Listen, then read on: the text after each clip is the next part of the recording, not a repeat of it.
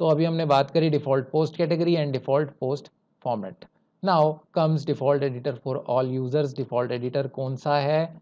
हमने डाला है एक क्लासिक एडिटर का प्लगइन।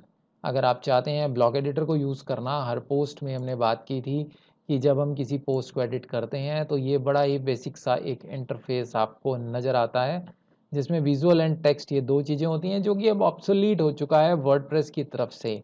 तो ऑब्सोलीट हो चुका है, इसलिए ये वाला जो ऑप्शन है, ये ऑप्शन एक प्लगइन यानी आपका जो क्लासिक एडिटर वाला प्लगइन है उसकी तरफ से जनरेट हुआ है।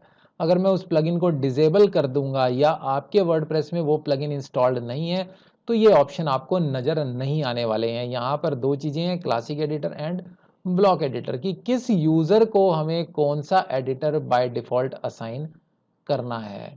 ब्लॉक एडिटर को हम डिटेल में अभी डिस्कस करेंगे। अभी तक मैंने सारा काम क्लासिक एडिटर में किया। पहले हम इन ऑप्शंस को स्टेप बाय स्टेप समझ लेते हैं, आगे बढ़ लेते हैं, फिर हम ब्लॉक एडिटर को भी डिस्कस करेंगे। अगला ऑप्शन हमारे पास है, बड़ा ही इंपॉर्टेंट है, पोस्ट वाया ईमेल। कोई भी पोस्ट आप ईमेल करके, आपको ज़रूरी नहीं है कि वर्डप्रेस में लॉगिन करना है, आपको सिंपली ईमेल करना है और आपका पोस्ट हो सकता है। पोस्ट वाया ईमेल करने के लिए आपको एक सीक्रेट ईमेल अकाउंट क्रिएट करना होता है। सीक्रेट का मतलब एक ऐसा ईमेल अकाउंट जो कोई ना जानता हो, क्योंकि उस पर्टिकुलर ईमेल अकाउंट पर जो भी मेल आएगी वो एज अ पोस्ट तुरंत पब्लिश हो जाएगी।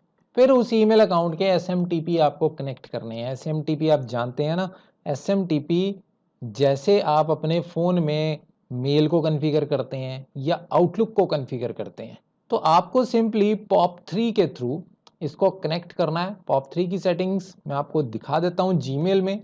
अगर आप जीमेल का अकाउंट क्रिएट करते हैं तो आपको जीमेल की इस सेटिंग में जाना है, इस पर क्लिक करना है, सी ऑल सेटिंग्स करेंगे। यहाँ पर आपको मिलेंगी फॉरवर्डिंग एंड पॉप आईएमएप सेटिंग्स। उसके बाद आपको सेटिंग्स देखनी हो तो कॉन्फ़िगरेशन इंस्ट्रक्शंस में चले जाना, वहाँ से आपको सेटिंग्स मिल जाएंगी। मेनली आपका जो पॉप सर्वर है उसकी डिटेल्स आपको वर्डप्रेस में डालनी है। नॉर्मली होती है ये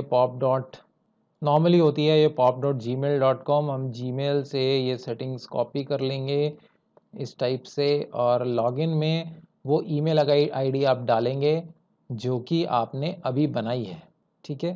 उस ईमेल आईडी का यूज़र नेम डालेंगे और उस ईमेल आईडी का पासवर्ड डालेंगे जो भी आपने क्रिएट किया है, और पोर्ट आप लेंगे 995। ये 995 पोर्ट आप लेंगे, इसको पोर्ट में फिल करेंगे, और डिफ़ॉल्ट मेल कैटेगरी में आप वो वाली कैटेगरी डालेंगे पोस्ट की जिस कैटेगरी में आप उसको पब्लिश करना चाहते हैं। नॉर्मली आप जनरल कर सकते हैं। इससे क्या होगा कि इस ईमेल में जितनी भी मेल्स आएंगी, इस ईमेल आईडी पर जितनी भी मेल्स आएंगी, वो ऑटोमेटिकली जनरल कैटेगरी की पोस्ट में पब्लिश हो जाएंगी, ठीक है।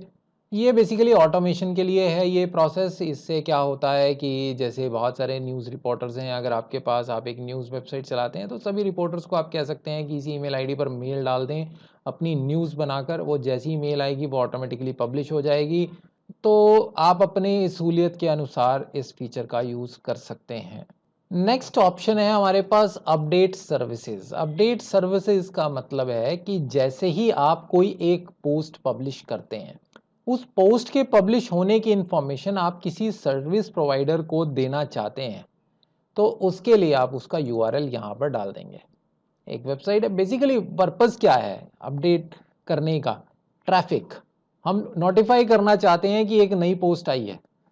एक जो बाय डिफ़ॉल्ट वर्डप्रेस इंफॉर्मेशन भेजता है वो होता है pingomatic.com पे। pingomatic.com पे वर्डप्रेस लगभग हर वेबसाइट की इंफॉर्मेशन भेज रहा है, क्योंकि ये बाय डिफ़ॉल्ट लाइन लगी रहती है यहाँ पर। जैसे ही आप पोस्ट अपडेट करते हैं तो पिंगोमेटिक पे इंफॉर्मेशन पहुँचती है कि ये पोस्ट अपडेट हुई है और इसका ये यूआरएल है। उसका फ़ायदा क्या है कि वो लिंक इंडेक्स हो जाते हैं, और इंडेक्स्ड यूआरएल गूगल में दिखने लगते हैं, लोगों को दिखने लगते हैं। यानी अगर आप अपनी वेबसाइट को गूगल में लिस्ट नहीं भी करते, तब भी पिंगोमेटिक पे इंफॉर्मेशन चली जाती है कि ये वेबसाइट है, ये इसका यूआरएल है। पिंगोमेटिक आगे फर्दर सर्च इंजन्स को इंफॉर्मेशन देता है। तो इस तरह से आपकी वेबसाइट बिना कुछ किए इंडेक्स हो जाती है। और भी बहुत सारी सर्विसेज को आप जोड़ सकते हैं, जैसे टेक्नोरेट स्पाइडर है, इस पे भी आप इंफॉर्मेशन भेज सकते हैं, इनका आप यूआरएल डाल दें। तो ये बहुत सारे स्पाइडर्स हैं। फीड शार्क पे आप भेज सकते हैं, ठीक है। ये आपको लिस्ट ऑफ कुछ ऑल्टरनेटिव सर्विसेज दी गई हैं जिन पे आप कर सकते हैं। कुछ फ्री होती हैं, कुछ में कुछ लिमिटेशंस होती हैं कि इतनी सर्विसेज फ्री हैं, इससे ज़्यादा के पैसे हैं। सबके अपने अपने फ़ायदे हैं। नॉर्मली किसी भी आरपीसी पिंग सर्विसेज का बेनिफिट ये होता है कि वो मल्टीपल जगह ऑलरेडी लिस्टेड होती हैं, तो आपकी वेबसाइट पे जैसे ही कोई नया पोस्ट आता है इनके पास इंफॉर्मेशन जाती है और ये अपने आप से उसको मल्टीपल सर्च इंजन्स में और मल्टीपल सर्विसेज में उस यूआरएल को भेजते हैं, जिससे कि वो यूआरएल पब्लिक हो जाता है। ऐसा कहा जाता है कि वर्डप्रेस की वेबसाइट्स का एसईओ बहुत फास्ट होता है। उसका रीज़न एक ये भी है कि वर्डप्रेस की जो इन्फॉर्मेशन है वो तुरंत सर्च इंजन को मिलती है। आप पिंगोमेटिक के बारे में थोड़ा सा पढ़ेंगे। Most people use Pingomatic which with just one ping from you will let many other services know that you have updated.